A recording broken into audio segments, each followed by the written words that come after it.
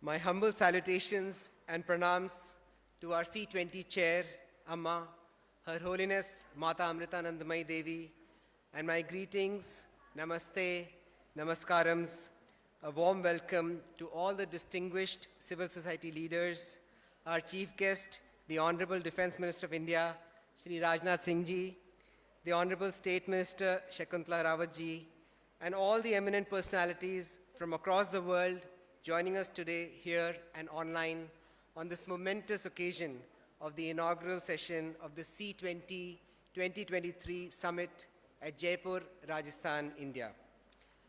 आप सभी को हार्दिक स्वागत और नमस्कार। जयपुर के इस खूबसूरत शहर में ये C20 का तीसरा और शायद सबसे महत्वपूर्ण सम्मेलन है। More than 700 delegates are participating at this event, including civil society organizations from across the globe, distinguished experts from renowned institutions, and G20 officials. As all of you know, India has the presidency of the G20 this year, and C20 is its platform for civil society organizations to bring forward a broad range of civil society perspectives. नागरिक समाज हम सब के लिए एक मंच है विश्व नेताओं के सामने लोगों की आकांक्षाओं को आवाज़ देने के लिए। The Government of India has appointed Amma as the chair of the country's Civil 20.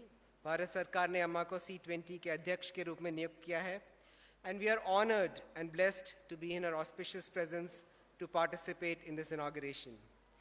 Under the visionary leadership of Prime Minister Modi ji as the G20 chair and the universal guidance of Amma Mata Amritanandamayi Devi as the C20 chair, this is an extraordinary opportunity given to all of us to contribute to the development of civil society for the benefit of the most in need.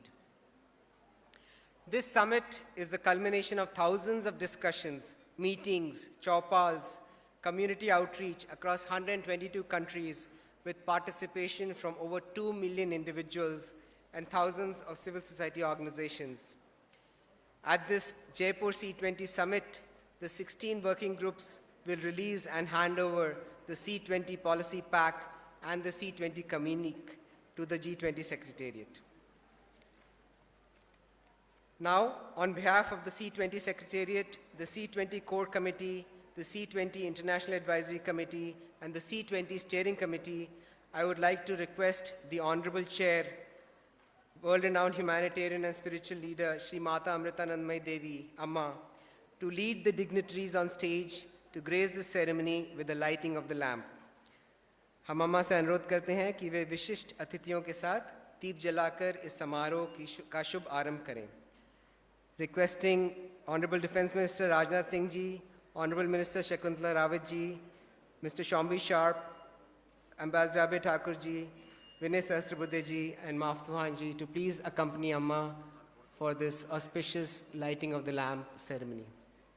We'd also like to request everybody else on the stage to please join the event.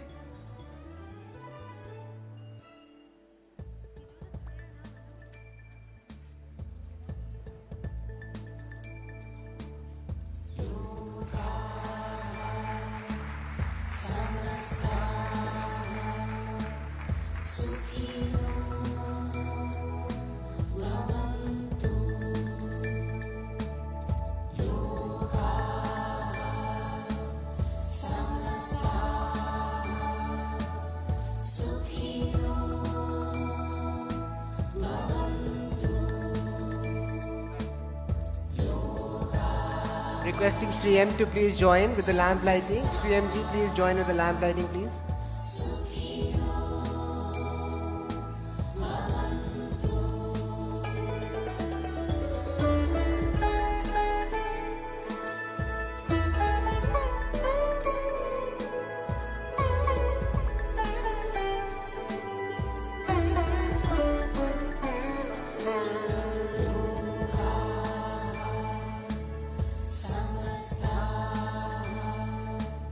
Sukhino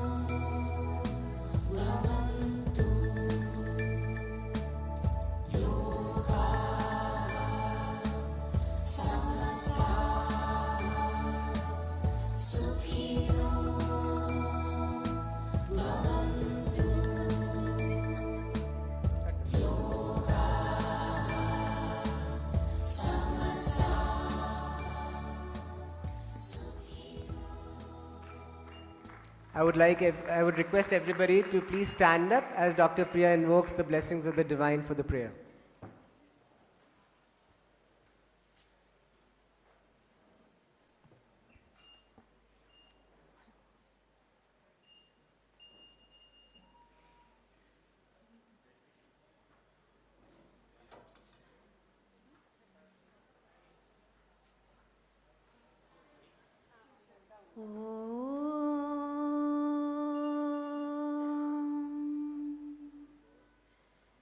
ध्यायामस्सु विभातभानुवदना सान्द्रावबोधात्मिका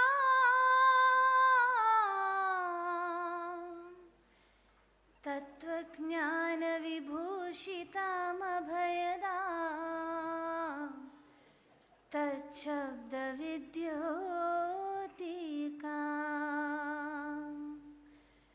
मन्दस्मेरसुभाषितेर्नतिकृता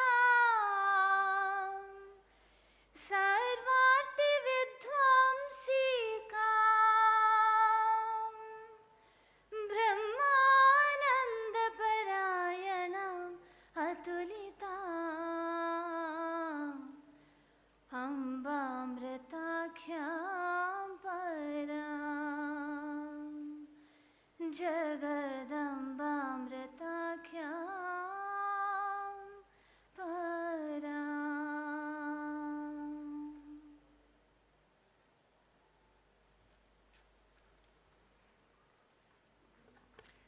Now, please, you can be seated, please. Now, let me humbly invite our beloved Swami Amritasarupanand Puriji to give the welcome address. As the senior most disciple of Amma, the vice chairman of the Mata Amritanandamayi Mutt, and the president of Amrita Vishwavidyapeetham, he has dedicated his life to society and the pursuit of spiritual enlightenment. Swamiji holds a master's in philosophy and is a renowned author and translator. As you can imagine, Swamiji's responsibilities are many, but he has personally guided and made himself available to plan every single minute detail to make sure that all of us get the most out of the summit. Swamiji.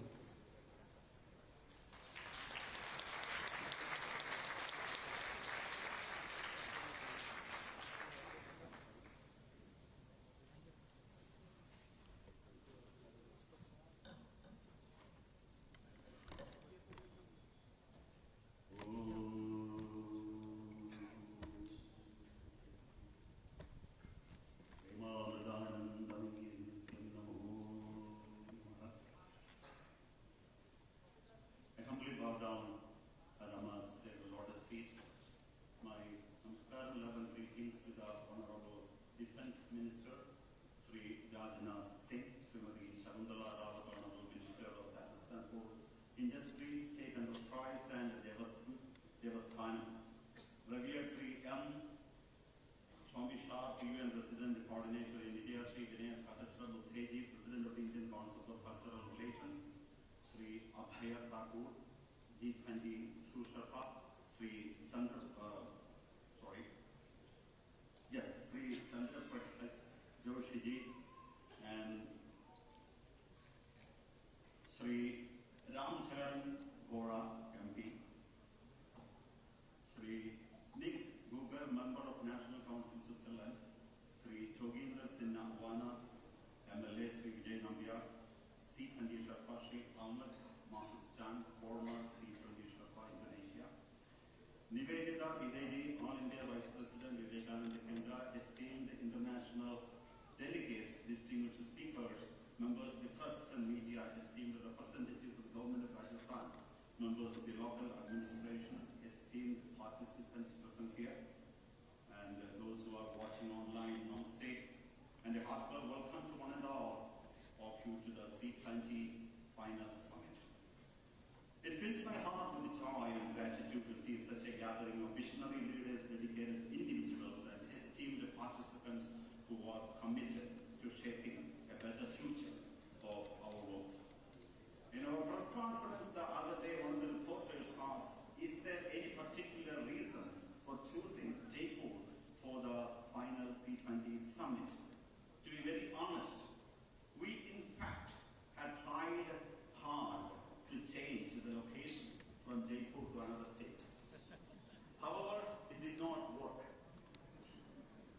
just after the press conference, it suddenly revealed to me it could have been the will of some unseen power that the summit was to take place here in Jaipur. So maybe it wasn't accidental, because according to the Hindu faith, Lord Brahma is the creator of the world and the father of the entire creation. And do you know what? There is a legend connecting Lord Brahma with Pushkar, the city of Pushkar, one of the ancient cities of India, which is only 92 miles, that is 147 kilometers from Jaipur. And interestingly, for the last so many years, Pushkar has been the place where Amma would spend one night during her annual North India trip along with the entire tour group. And Pushkar is the one and only place in the whole world where a temple is dedicated to Lord Brahma, the creator of the universe. And now, connecting it with Civil 20, what is Civil 20? Civil 20, it is a platform for the people to express their views and concerns so that they will catch the attention of the governments. And people are not necessarily human beings alone. The bigger picture is, or from a larger perspective, all living beings are part of our ecosystem. They are all the subjects or children of the Creator. So the letter C in C20, in fact, represents the entire creation. C, creation. So maybe there is a higher purpose for this event to happen here in Jaipur. And the formal activities of C20 on India's G20 presidency 2023 will come to an end with the handing over of the policy pack during the valedictory ceremony on Monday, July 31st. However, the efforts will continue to the next partnering country, Brazil, which will become the next torch bearer in 2024. And on this momentous occasion, we, the C20 team, with all the 16 working groups under the chairmanship of Amma, feel happy and content.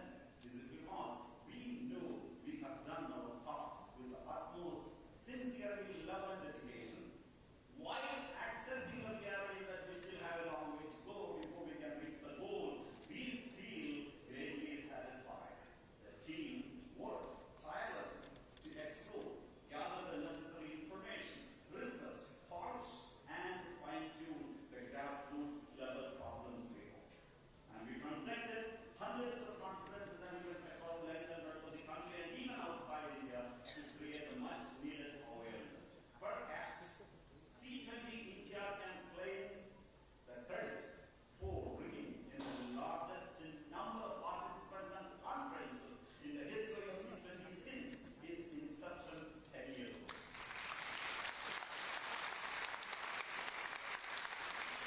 In addition, the also conducted a worldwide grassroots level survey.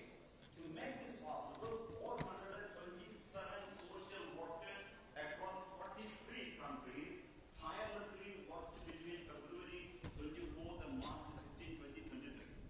I must say that this was possible only because of Amma's global presence.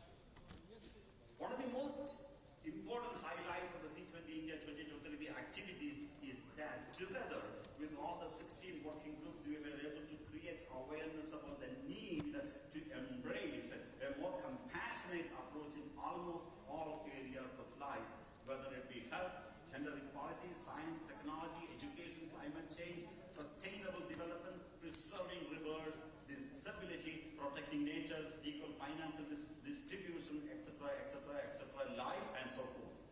Amma says compassion is not only the first and last, is the first and last step in spirituality. In fact, it is the first step. Compassion is the first and last step in all areas of life. This is because humanity has no way forward other than developing a compassionate outlook in all its activities. I'm happy to state that the C20 team, including all the working groups, was able to incorporate the aspect of compassion into all its activities under the chairmanship of Amma. Her boundless compassion and her shining example served as a huge inspiration for all of us. Now, allow me to welcome and honor our chief guest and other dignitaries. Firstly, I would like to extend a warm welcome to our Honorable Defense Minister, Sri Rajnath Singh. Sir, your leadership and dedication to ensuring the safety and security of our nation are commendable. Your insights and guidance during this summit will undoubtedly be invaluable. We warmly welcome you to the inaugural summit of C20 India under India's G20 Presidency 2023. And we are honored to have in our midst Srimati Shakuntala Rawat, the Honorable Minister of Industry, State Enterprise, Devasthan, Rajasthan. Madam, we welcome you to the C20 Summit. Honorable Chief Minister of Rajasthan, Sri Ashok Gehlot, was supposed to be with us today. Unfortunately, he couldn't make it due to unforeseen circumstances. Next, I welcome Sri M, the founder and spiritual guide of the Satsang Foundation. Sri M's teachings have brought light and solace to many souls. We are honored to have his presence in our midst. We humbly welcome Sri M to the summit. I'm also delighted to welcome Sri Shambi Sharp, UN Resident Coordinator to India. Sir, we are honored to have you in our midst. It gives me great pleasure to welcome Sri Abhay Thakur, the G20 Shu Sherpa.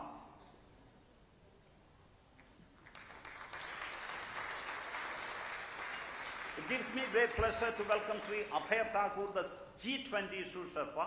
A hearty welcome to Sri Abhay Thakurji, who was a great support to the C20 activities. Sri Vinaya Sahasrabuddhe is the President of the Indian Council for Cultural Relationship, ICCR, and the head of the Ram Malgi Prabodhini, the C20 Secretariat. His knowledge and expertise have made the journey of C20 smooth and unimpeded. I'm immensely pleased to welcome him to this summit.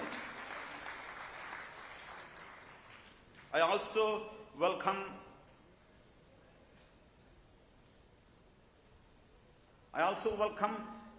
Sri Ram Charan Bora, MP, Member of Parliament Sri Nick Gugger, Member of National Council Switzerland, and Sri Joginder Singh Awana to this summit.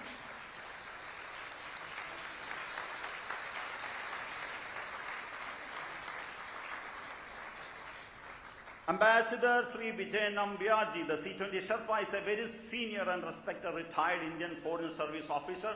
He has served the country in various capacities. I must say that without his experience, vision, and timely advice, the journey of C20 would have been difficult. I respectfully welcome Sri Vijay Nambiarji to the C20 final inaugural summit. And we also welcome Sri Ahmad Maftuchan, former C20 Sherpa, Indonesia's Sherpa, for his support and guidance. A hearty welcome to Sri Maftuchan. Sri Nivedita Bhire is the All India Vice President of Vivekananda Kendra, Kanyakumari, India. Nivedita ji is through and through a lover of our sacred land, Rishi Parambara, in its rich spiritual heritage and its age-old traditions. I welcome this unshakable patriot to this summit. And my welcome address would be incomplete without acknowledging all the hard and dedicated work put forth by my brother, Dr. Swadesh Singh of the Secretariat. I wholeheartedly welcome Swadeshi, even though he was unable to attend this summit. I wholeheartedly welcome him, and I wish him all the best. Along with him, the entire Secretariat His colleagues, Sri Jayant Kulkarni and the entire C20 team stood with us throughout, day in and day out. I sincerely welcome the esteemed international delegate, distinguished speakers, and participants from around the globe. Your presence here enriches the discussions with the diverse perspectives, and we are eager to learn from your experiences. I also welcome the press and media to this summit. Kindly forgive me if I have overlooked welcoming any of the invited guest dignitaries or organizations.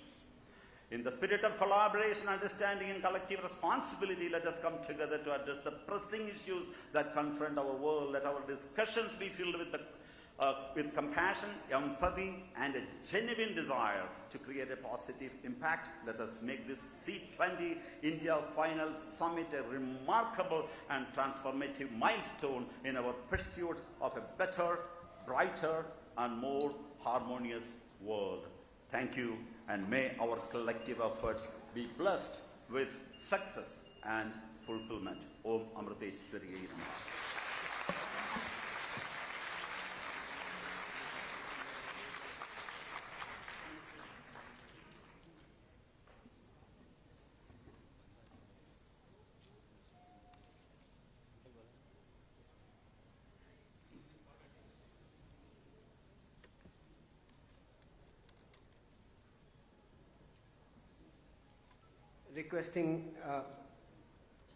Requesting Dr. Juice to please felicitate our MLA from Rajasthan as well, Joginder Singh Awana ji.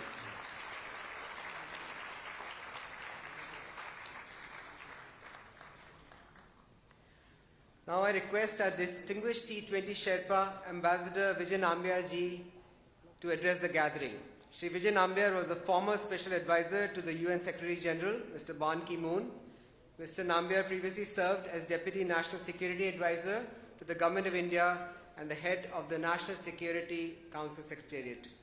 Besides being India's ambassador to Pakistan, China, Malaysia, Afghanistan, Algeria, Shri Nambiar has also served as India's permanent representative to the United Nations in New York. Ambassador Nambiar. Thank you. First of all, let me express my humble pranams and pay obeisance to Her Holiness Amma and seek her blessings and grace for the successful conduct of this function. My pranams also extend to the Honorable Defence Minister, Raksha Mantri of India, His Excellency Sri Rajnath Singh, to the Honorable Minister of Industries of Rajasthan, who will speak on behalf of the Chief Minister of this province. My salutations and respects to all the other dignitaries that are on the stage, on the days here, as well as in the audience. My appreciation and gratitude to the intrepid C20 teams that have worked tirelessly over the past months for the success of this summit. All of you who are attending this summit today, a very good afternoon to you, ladies and gentlemen. As chair of Civil 20 Engagement Group, Amma has exemplified the principles of unity, solidarity, and compassion that form the foundation of our approach towards civil society engagement. As you all know, civil society institutions are both the bridge and the moral compass that transcends the state and prevents it from atomizing society. These institutions enhance public accountability by making states more responsive, societies more participative, and development policies more inclusive by building a larger consensus on social goals. As educators and conscience keepers, they provide the essential direction to society. As president of the G20, India has been highlighting the major issues facing the global community in the present fragile international environment.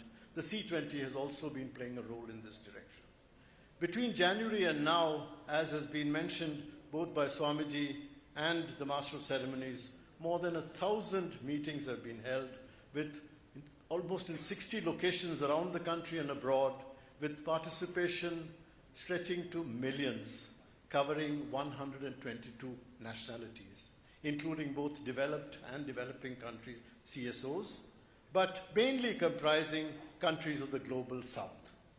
Our activities have covered in-person and online conferences, workshops, seminars, what are called chaupals, samajshalas, youth ambassador programs, and that is what has made it people-centric. This has been a unique Jan Bhagidari. Cultural components have also been visible during this process. The C20 has effectively, I think, projected the salience of India's G20 motto, Vasudhaiva Kutumbakam, one earth, one family, one future. The challenges that the world faces today, climate change, effects of the pandemic, achieving the Sustainable Development Goals, all require that everyone participate and engage with each other. This is the rationale behind the public movements or Jan Andolans that India has launched to mobilize individuals within the country and abroad to become pro-development while also being pro-planet.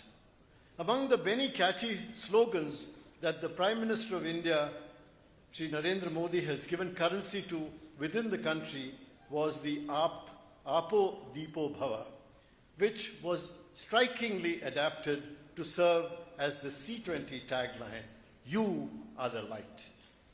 As we reach the halfway point to the implementation of the 2030 agenda, civil society calls on the United Nations and the G20 to take bold action, including through substantial financial commitments to help achieve the critical SDG goals. Civil society around the world should have sufficient space to play a fitting role in the implementation of the 2030 agenda. India is deeply committed to internationalism. Our commitments are visible in our activities in the United Nations. We believe that multilateralism matters, and today it is in stress. And the shortage of global public goods around the world, or so-called Kindleberger trap, is far more serious than what is often called the Thucydides trap. The most important step taken by the Indian G20 presidency in its action plans to 2023 would assist in planning the next steps for achieving the 2030 agenda. Similarly, the scaling up of India's public digital platforms and adoption of AI in fintech and high-speed internet services have hugely contributed towards providing swift and secure service delivery and is a model that can be emulated around the world. While humankind's challenges are global, our responses are often national. The centrality of the United Nations to international relations must be recognized, preserved, and protected. If international regimes and institutions are to be credible, however, they must also be contemporary. As new issues arise, new rules and practices require to be evolved through the broadest possible consensus. This is particularly important as we move to the UN SDG summit in September this year. The international community should radically redirect its priorities, as without bold commitments from governments and other stakeholders, we risk failing to deliver on our promise of leaving no one behind. The C20 must support the UN Secretary General's call for the SDG stimulus plan. The pandemic has pushed 200 million people below the poverty line, 100 million have lost their jobs around the world, and 75 countries are facing major debt. While post-pandemic risks linger, events have begun to show a promising trend. But there are also growing threats around the world. Public protests are on the rise, and violent conflicts have escalated in breadth and intensity in Europe, Africa, and elsewhere. But these challenges have also evoked imaginative and resilient responses. COVID had resulted in the creation of unified platforms and a complex ecosystem of partnerships and alliances to tackle the design and delivery of health responses. Net zero movements have brought together a diverse ecosystem of alliances to drive climate action purposively. So, while the overall prospect remains grim, there are also reasons for hope. We call on the G20 to work steadfastly to strengthen and reform the multilateral framework of the UN. Now, the 16 working groups set up under the C20 auspices has been larger, as Swamiji has said, than ever before. They have covered traditional themes as well as new themes under the initiative of India. They have come with a wide range of recommendations to be shared with the G20 governments. We just have the printed version of it, and I see that there are 238 pages to this particular policy pack. Now, I am required to, in a sense, capture the essence of this policy pack in 16 developed in 5 minutes. Now, they used to say that you can express the happenings of the Second World War in 3 words. Yes, World War II, that expresses this. But if you want to be imaginative, you might actually say Hitler, Holocaust, and Hiroshima. That will probably express something more than just the first. Now, how do I encapsulate this 16 working groups in 238 pages? I shall try to give brief introduction to some of the cross-cutting focus issues which can be identified in terms of 5 concepts: technology, environment, empowerment, inclusion, and enhancing values and global well-being. Of course, the overpowering and the overarching importance of compassion will have to be recognized if any of these cross-cutting points have to have any meaning. But let me go to these 5. Technology. The technology Security and Transparency Working Group focused on a digital future that is more accessible, secure, transparent, and inclusive, with user-centric design, open data policies, democratization of e-commerce platforms, and collaboration to mitigate cybercrime and prevent AI abuse. Integrated holistic health prioritized national mental health programs, integration of digital health platforms which guaranteed preventative healthcare therapy and health systems delivery, as for both communicable and non-communicable diseases. It also proposes a One Health policy and treaties for zoonotic diseases and AMR, covering data sharing. The key focus of the Education Working Group was to foster inclusive, accessible, compassionate, and human-centered education, education for life as compared to education for living. Its recommendations include skill development, technology training for teachers, and a whole variety of recommendations for equitable access and inclusion. These are the common thread of technology you can see in each of these working groups.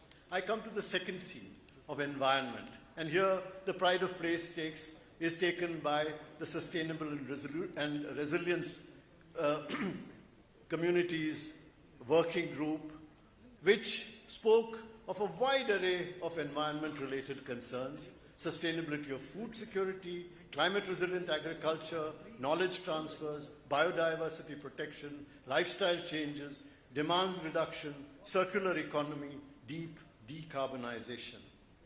It made clear that not enough funding has gone into adaptation. Multilateral institutions, it said, must be incentivized for direct lending, both in the public and private sector. And the resources required are not in billions, they are in trillions. We also have the working group on river revivals and water management, which talked of maintaining the natural flow and self-purification of rivers. We saw some very bright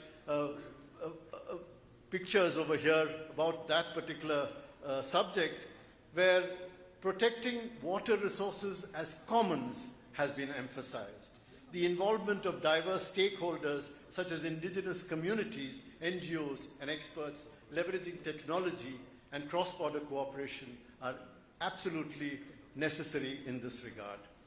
The LIFE, that is the Lifestyle for Environment Working Group, also tried to prepare what they called a value-based sustainability framework, and it represents a paradigm shift from a rights-based approach to a responsibility-based approach with practices that are rooted in cultural traditions and customary practices. It calls for societal responsibilities which would be higher than the responsibilities of government. That is a new angle to it. We come to the four working groups under the rubric of empowerment. And major in this is the gender group. It is interesting that it is during this particular chairmanship of India that the gender and disability group, in fact, got segregated and disabilities became a separate working group, which will set a paradigm shift for the future. But the gender group, while saying that it will still take 132 years to achieve gender equality, called attention to what they call the base of the pyramid, persons with least access. Cross-cutting recommendations involved both gender disaggregated data, safety and security of girls and women in all aspects of life, integrating monitoring and evaluation, and most of all, of course, resources. The thematic recommendations talked about prioritizing mental health, engaging men and boys, which are vital for gender equality, and promoting and enhancing financial inclusion. Disabilities, equality, equity and justice covered education, employment, health and social protection.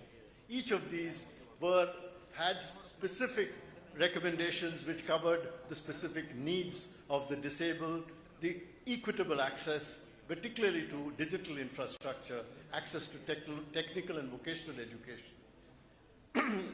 Social protection also. The Special Committee on Finance looked at totally another aspect of empowerment, those of the poorer parts of the world which suffered as a result of the problems of sovereign debt, of the illicit transfer of resources from developing countries to offshore areas, and the need for new mechanisms of fair and effective sovereign debt restructuring. It talks about democratizing global tax structures, of reform of multilateral development banks, and of the G20 governments focusing on all SDGs and not cherry-picking on these. The Delivering Democracy Working Group also called for empowerment in a sense through appreciating native models of democratic governance and engagement of young people in democratic processes, practicing grassroots democracy, and both expanding digital and internet footprints and country-made and using social media intelligently. Now, the next one is inclusion, and I think I need to push much faster because I think I'm going beyond the 5 minutes I've been talked about to perhaps 10 and 15 minutes. The next one was inclusion, which includes three important working groups: the diversity, inclusion, and mutual respect one, human rights as human values, and SDG+. SDG+, as you can see, had talked about particularly illicit financial flows, profit shifting, and which was costing around 4.2 trillion per year to least developing countries. It talked about partnerships being equally important as SDG 16, that is SDG 17 also, and called for an alliance for digital public infrastructure coalitions for environmental sustainability.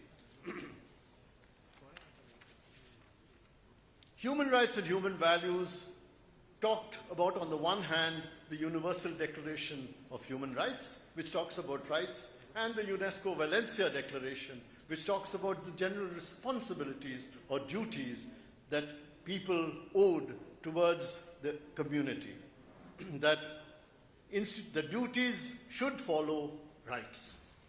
Finally, we have the working group on enhancing values and human well-being. And foremost in this was the working group which was built on the basis of the very motto of this year's Indian presidency, that is Vasudhaiva Kutumbakam. The Vasudhaiva Kutumbakam working group talked about the relevance of this concept for the future and spoke about the need to have this introduced as a permanent working group in future G20 summits and involved discussion and deliberations in order to instrumentalize these concerns of one earth, one family, one future. It also covered various other themes like spirituality in life, ecology and earth revering traditions, art, culture and literature, sports, all with the aspect of furthering the concept of the world as one family. Seva was another working group which stressed the concept of voluntarism based on selflessness and creating positive change. This working group called for a global alliance to facilitate Seva and a global network of civil societies and developing a compendium of exemplary practices. Last of these working groups was the preservation of traditional arts and crafts.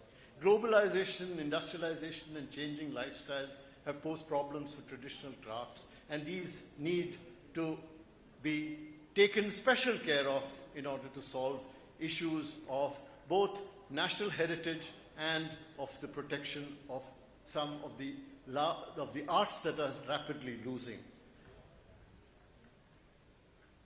We are one earth, each one of us upon it are equal to each other in our rights and in our obligations. As one family, we are united and enriched by our common humanity. And this is essentially the point which Amma has also made.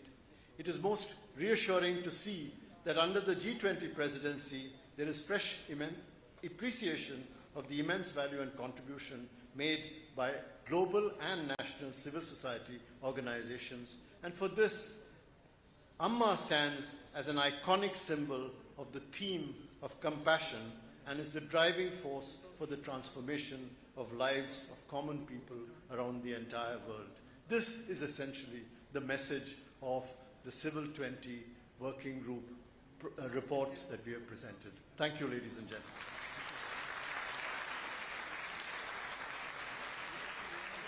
Thank you so much, Ambassador Vijay Nambiar ji, and he's truly been a leader leading all the working groups towards the culmination of this summit. Now we are delighted to invite our chief guest, the Honorable Defence Minister of India, Shri Rajnath Singh ji, one of the nation's most prominent political figures. He is serving obviously as the Defence Minister of India and as the Deputy Leader of the Lok Sabha. Earlier he has also held the positions of the Chief Minister of Uttar Pradesh, the Union Minister for Surface Transport, Union Minister for Agriculture, Union Minister for Home Affairs, and also as the National President of the BJP. Rajnath Singh ji is a firm believer in the greatness of India's cultural heritage. Another cause that is close to his heart is the empowerment of women. As Defence Minister, he has undertaken several initiatives to increase women's participation, embracing Nari Shakti in various departments and field operations, including the induction of women in the corps of the military police in the Indian Army. उनका दृढ़ विश्वास है कि भारत में क्षमता और भावना है कि वो विश्व गुरु बन सके. उनका सपना है कि भारत दुनिया को न केवल आर्थिक क्षेत्रों में बल्कि जीवन के सभी क्षेत्रों में नेतृत्व प्रदान करे. मैं रक्षा मंत्री श्री राजनाथ सिंह जी से निवेदन करता हूं कि वो हम सभी को संबोधित करें. I am standing here. C20 Chair, Her Holiness Mata Amritanandmai Devi, Amma, Srimati Shakuntala Rabatji, the Minister of Industry and the Devasthan, Government of Rajasthan, Sri Ram Charan Bora, Member of Parliament, Jaipur, C20 Core Committee Member, Sri Yam Satsang Foundation, Dr. Vinay Sahasrabuddhe ji, Chairman, Indian Council of Cultural Relation, Mr. Sombi Sharp, Resident Coordinator, United Nations, G20 South Sherpa, Sri Abhay Thakurji, Member of Parliament from Switzerland, Mr. Nicholas Gagel, and C20 Working Group's patron and RMP Secretariat Sri Vinay Sahastrabuddheji, MLA Sri Yoginder Singh Ji, Avana, C20 Sherpa Sri Vinay Nambiar Ji, Troika member Indonesia Mr. Maftushan, C20 core committee member Srimati Nivedita Vide, Ji Vivekanand Kendra, and Troika C20 India Swami Amrita Swarupanand Ji, and my brothers and sisters who are participating as a delegate in this conference. I am delighted to be here at the Civil 20 India Summit 2023 in this beautiful city of Jaipur. At the outset, let me take this opportunity to say that we are fortunate to have Her Holiness Mata Amritanandamayi, or as addressed by everyone, Amma, as the C20 chair.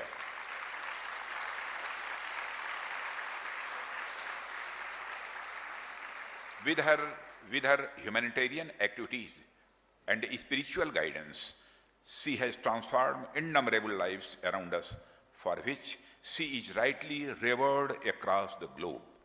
On this occasion, I offer my deepest regards to Amma. Friends, this August gathering C20 in Jaipur brings together many visionaries, experts, activists, and change makers from across the world. Today, I stand before you with a sense of shared responsibility and optimism for our collective future, which shall be shaped by the concerted efforts of the governments and civil society organizations. In the next 20 minutes or so, I will try to put forth my views on the same, not as the Defense Minister of India, but principally as a proud legatee of an ancient humanist civilization and a citizen of the globalized world of today. Brothers and sisters, as you all are aware, India has assumed G20 presidency in December 2022 under the visionary leadership of our Honorable Prime Minister Sri Narendra Modi. This has presented a historic opportunity to all of us to address our contemporary global challenges through the vehicle of discussion and dialogue. Hopefully, we can also identify and implement appropriate response to the challenges confronting our human society. The theme of India G20 presidency is Vasudhaiva Kutumbakam, which can be broadly translated as one earth, one family, and one future. Brothers and sisters, this expression is drawn from our ancient Sanskrit text, Maha Upanishad, and it affirms the love and respect for the entire creation around us, be it human, animal, plant, microorganisms, or even inanimate matter. It shows that our ancient tradition doesn't conceptualize the process of otherings. Again, I would like to say, it shows that our ancient tradition doesn't conceptualize the process of othering, about which Toni Morrison, the Nobel laureate, has written so extensively. In India, there is no othering on the basis of race, religion, etc. We have never seen the other as different from ourselves, and we have endeavored to embrace the whole world as our own family. Brothers and sisters, most of you would already be aware that in our culture we worship rivers, forests, mountains, etc., and thus we hold even the non-living entities with great reverence. It has been said very wisely that as the microcosm, so is the macrocosm, which has also been very beautifully captured in Sanskrit language as Yat Pinde Tat Brahmande, यानी जो पिंड में है वही ब्रह्मांड में है, जो जड़ में है वही चेतन में है, जो सूक्ष्म में है वही विवर्त में है, जो छोटे में है वही बड़े में है, जो मेरे में है वही तेरे में है. This statement encapsulates a very profound wisdom that has also contemporary relevance in the age where the ravages of the climate change are staring us all in our faces. The ruthless overexploitation of nature to serve the insatiable human greed has led to pollution, environmental degradation, and of course, the climate change. The approach of one earth, one family, one future provides us a better way to live our lives and to structure our socio-economic systems. The Civil 20 Engagement Group, or the C20, which was launched as an official G20 engagement group in 2013, plays a very crucial and important role under the rubric of G20. Brothers and sisters, it provides a platform for the civil society organizations from around the world to bring forth non-governmental perspectives on the issues being taken up by the official G20. It gives an alternative, non-governmental voice to the people's aspirations from across the globe. I am aware that there are various C20 working groups which are working on diverse domains ranging from integral holistic health, education and digital transformation, gender equality to technology, security and transparency. These are the potential to impact official policies and programs across all the dimensions of social, economic, and environmental challenges that we face today. Brothers and sisters, when we speak about civil society, there are various perspectives on it. Some see the civil society as a space of voluntary associations and intermediary institutions that exist between the individual and the state. At times, it has also been stated that the civil society necessarily works in contradiction or opposition to the state. However, in my humble opinion and understanding, this viewpoint is not the correct one.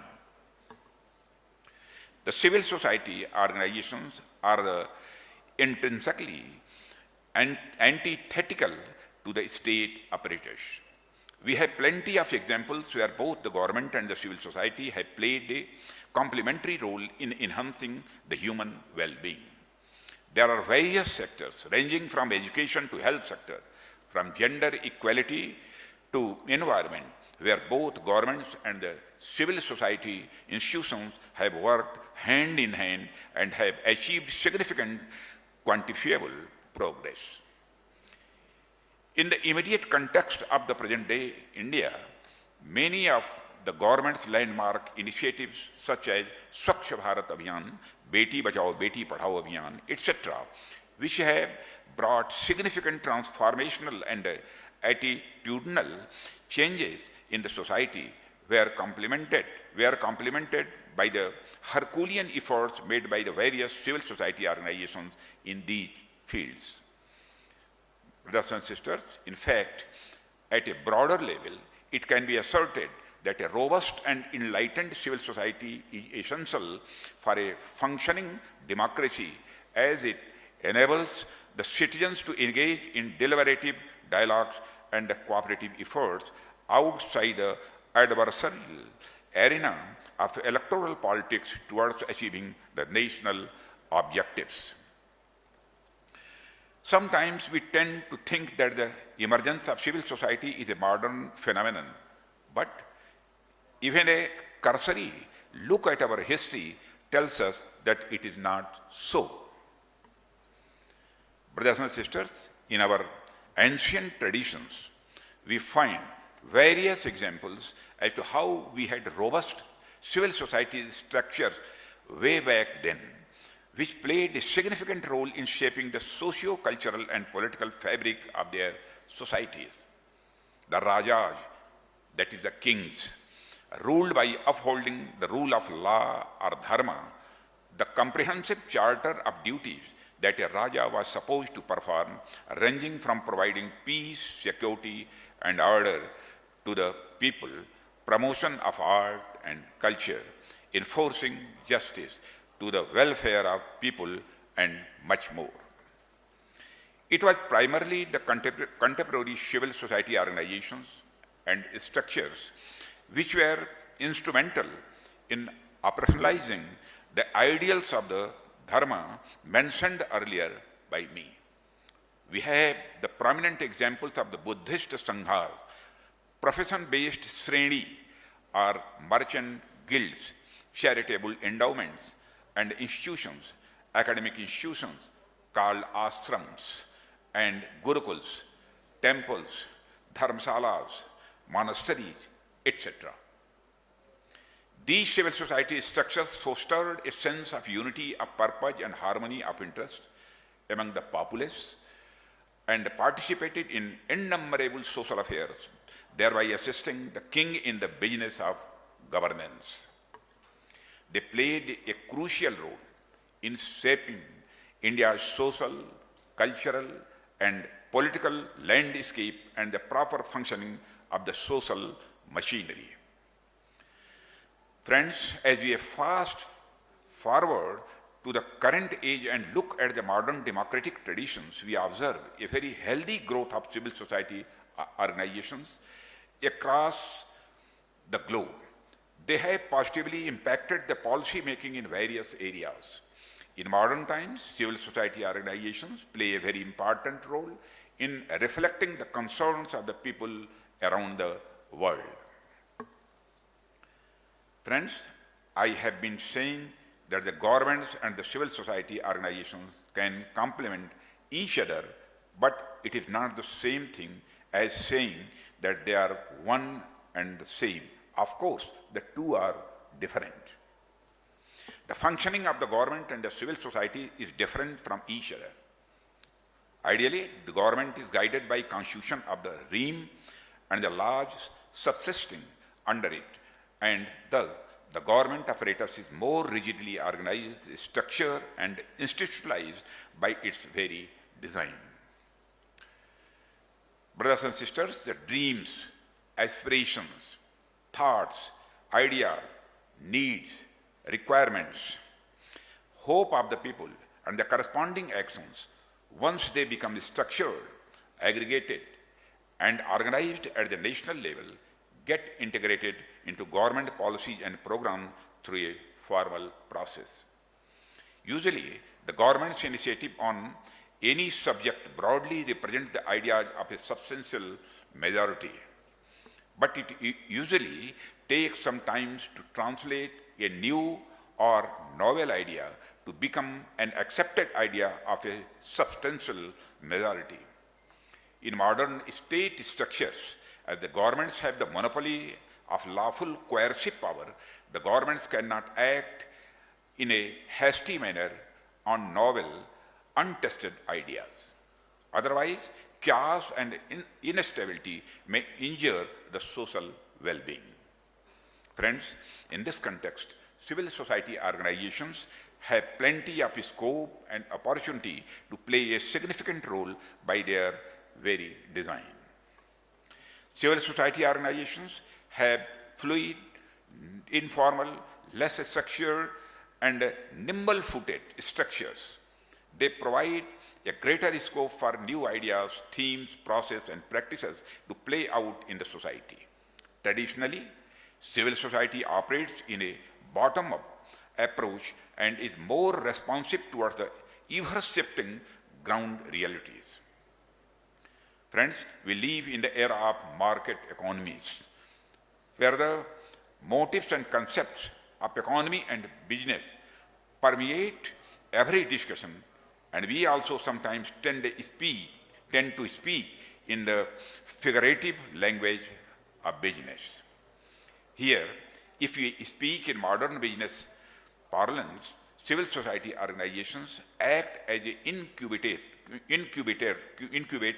for new ideas and practices, which, if found successful and beneficial at the micro level, can be scaled up at the macro level by the government agencies. We have numerous examples in this regard. Earlier, many charitable institutions were active in some schools for provision of a healthy meal to the needy students. This was subsequently incorporated in the midday meal scheme of the government.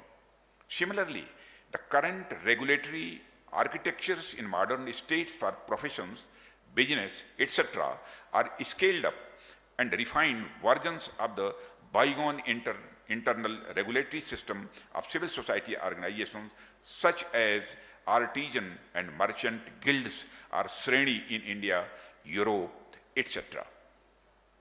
Friends, the point I am getting to is that the aforementioned comparative advantages of the civil society organizations and the traditional government structures can be harnessed for the overall progress of the society. Civil society organizations can act as a force multipliers for the governments. In India, civil society organizations have made many noteworthy contributions in improving the quality of life of our people, particularly in the health and education sector. Their consistent and determined efforts for the betterment of the vulnerable groups have significantly altered the social and economic landscape in a very positive manner. In my mind, there is no better example than Amma herself. Brothers and sisters, her selfless, Amma, her selfless contribution towards alleviating the pain and suffering of the poor, along with the charitable activities in the field of healthcare, disaster relief, women empowerment, etc., are non-parallel. Amma, you are a true inspiration for all of us and to all the civil society organizations across the world.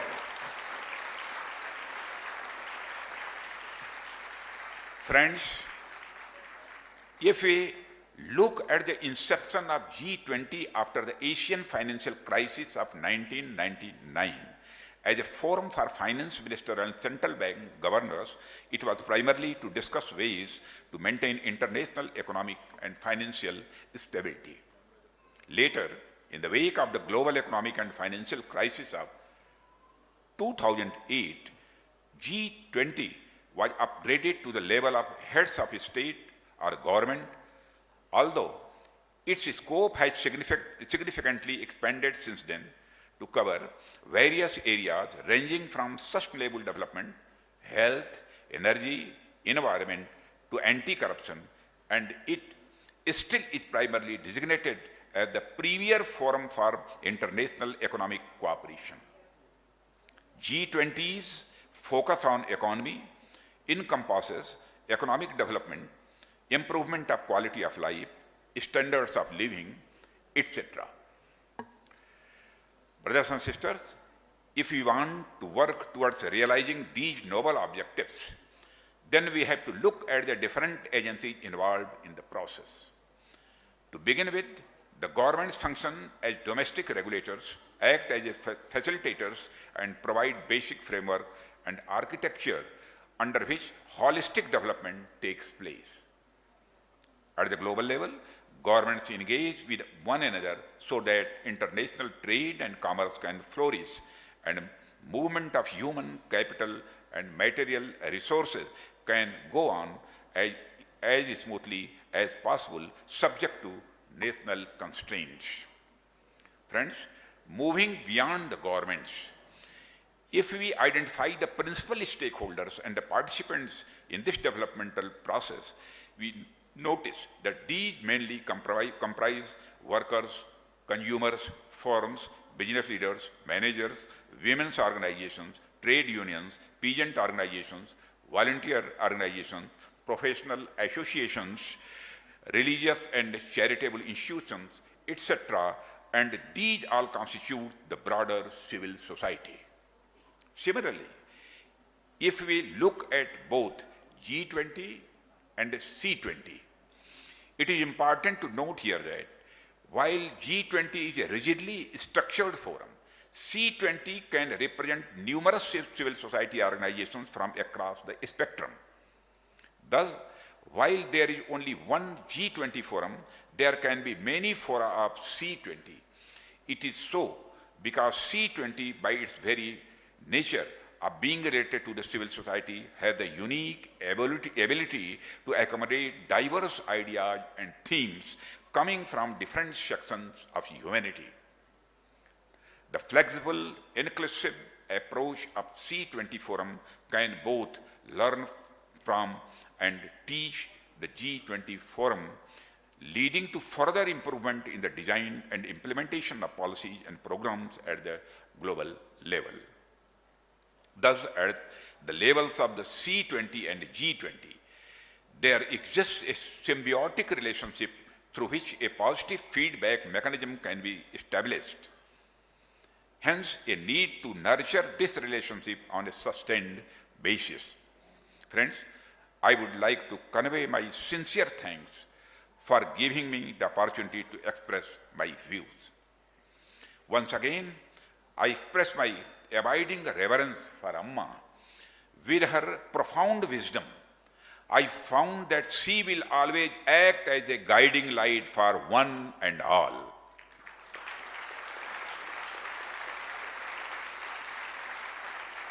Friends, as I conclude, I want to say that we are all in the same boat, sharing the same pale blue dot that our planet is, sharing the same ancestry and a nearly identical genetic code also. Our problems are similar and at any rate interconnected. The solutions, therefore, have to be coordinated and harmonized. The scale of threats we face and opportunities we have are colossal. The immensity of the task ahead of us requires all of us, the governments and the civil society organizations, G20 and the C20, and everyone else to work together for creating a better world around us. Invoking a beautiful phrase, together we can and we will. Finally, let me thank the organizers for giving me this prestigious platform for sharing my thoughts. The blessing of Amma mean a lot to me. With Jai Hind. Thank you very much. Ladies and gentlemen, the Honorable Defence Minister of India. Let us have a big round of applause. Sir, we are so gratified and honoured to hear your words of collaborative leadership. Now I would like to request Her Holiness Amma, the Honourable Defence Minister, Shri Rajnath Singh Ji, Ambassador Vijay Nambiar Ji and Ambassador Abhay Thakur Ji to please step forward. We request